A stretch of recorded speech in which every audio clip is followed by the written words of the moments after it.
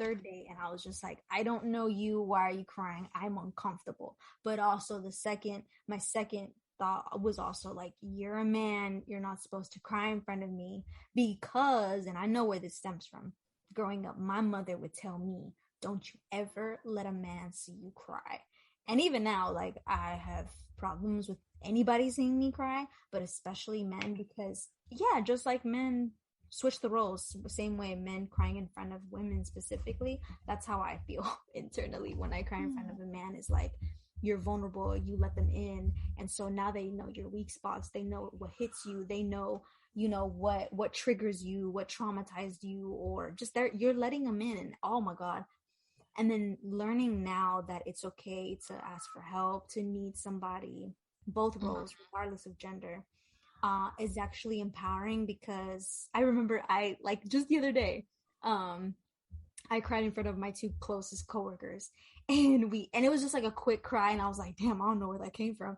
And I left, and one of my coworkers was like, damn, that's brave of you. Like, I couldn't cry in front of somebody. And I was like, you calling me brave? Because of course, after you cry, even if it's for 2 minutes or 2 hours, you do not, that's the last thing you feel. You do not feel brave. You feel vulnerable. You feel really, really small and tiny. And then you get tired, and then I want a nap. And so I feel like the hottest person on earth. oh no. Yeah. I'm like, wow, you look so beautiful while you cry. I'm feeling a movie. I sat back and I was like, wow, she thought I was brave. That's cool. And she's like, I just can't. And I think that is true. People who do cry, that should be a natural form of just reacting and responding to someone, and you're kind of going away. So it's okay to release that. I think, not to cut you last off. Part. No, go ahead. We got to wrap it up. Towards toxic masculinity, because y'all asked earlier, like, what do I see in myself? I guess that's toxic. And now that we're talking about this, I can definitely see this. Growing up, I never saw my dad cry. Never saw him cry. I didn't really see any men cry in front of me for the most part. Actually, now that I think about it, but my aunt had passed away, and I just remember I was about like 8 or 9 years old, and I wanted to cry, but I couldn't. And I don't even think I ended up crying about it until I was about 15 or 16. But I remember just being around my dad throughout that whole time, and that process, as we went back up to New York, and we were like all there, and I never saw him cry once. And I didn't see him cry at all. And I saw everybody who did cry crying on his shoulder. And he didn't even, not that he didn't look sad. He was obviously sad, but like it wasn't like a frown. Like I looked around the room. I was fixated on this man's face. I would look around the room at the depression on everyone, and like just to see him just trying to keep it stone faced was it set a precedent in me. And I don't think I cried when I lost anybody, like I said, until I was about 16, and I lost close to me, and it was just too close to hold it back. And after that, like, you know, through the years now, I've let it out more and more. But and finding out later on through my aunt about like, and my grandpa, about how like hurt my dad was and how much he was crying in front of them, but wasn't showing it to me or my brother or my other sibling. It was just like, you know, it let me know, damn, it's okay to cry. So yeah, that was like a big thing. I now that I think about it, I don't think I've ever really seen a grown man cry in front of me, like, for real. Isn't that crazy? That's crazy. Men would benefit so much from just crying in front of other people, like trusted people that they feel comfortable with. That's what oh, go ahead. Oh, I'm sorry. No, go ahead. But that's what I tell my brothers, like, whenever, if I hear him, that's the thing, is like my dad, even when his wife died, they choke up. It's just this like ball.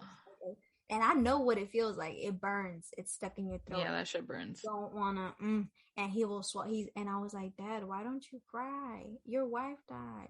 He's like, well, my dad's different compared to my brothers, but my dad says he won't cry because he won't be able to stop if he does. My brothers, I've heard that from men too. And my brothers will say, no, I don't want you to see me like that. And I'm like, if anything, now, Mireya at 24, almost 24, will say, if anything, I feel closer to you when you let me in being so vulnerable that way, right? Mireya at 19 might have been like, what are you doing? But now it's like, when any man cries in front of me, now I can be that, you know what? It shouldn't just be expected for men to be the rock, right? Or the backbone, or however you see that relationship, regardless of what that looks like. But men can lean on us women as well to be like, you know what? I am hurt. I am broken. I am just not here right now, and I need you. And so when my brothers choke up, I'm like, it's okay. I will not think any less of you. You can cry. This is a safe, make them feel safe to be that vulnerable. And so because I know we're wrapping it up, to leave that on that note is for men to work on that. That's your homework, is to on how to we're leaving them with homework. And for women, it's to unpack your internalized sexism, for sure, because we all have it. Yes. It has many shapes and forms, and so just tap into what that looks like I was saying, these unconscious expectations of a partner, whether it's dating or whatever the role may be. Mm-hmm. But go ahead, Anita, because I know you didn't really talk. So what was one last thing before we go? Oh my god, I forgot what I was gonna say. Okay. But I would, I would feel very comfortable if men were more open to like expressing how they feel and sharing their feelings and like crying and, being honest about how they feel and knowing like, hey, I'm not here and I need support. But of course I know like that's a far stretch, and I wish it wasn't much of a far stretch, right? But ideally that's what I would want. But maybe one day all men will be able to feel comfortable doing that. Yeah. But yeah. Special guest Nigel, any last words before we go? Nah, this is gonna be a bitch to cut up, but why you leave it? Because I'm gonna cut this part out anyways. But last question, are you single? Next. No, I'm not single. Not single. Yeah. Very, very much taken. Sorry, y'all.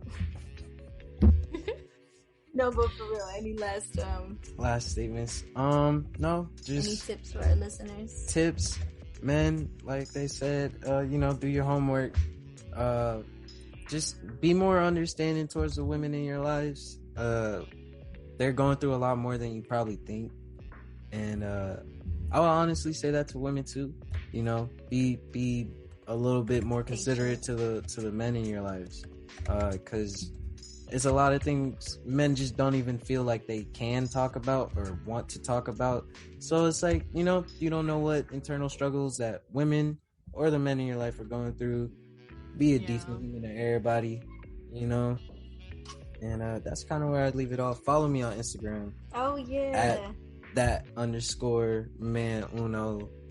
Go ahead, check the music out on Spotify at Wayne the Uno. You can peep that. He produces and he bartends too on the weekends privately. So if y'all ever wanna bartend, have a wedding or somebody or keep some foot down, whatever, I will get you drunk. So yeah, he will get some drinks. All right, y'all. Thank you again. This was good.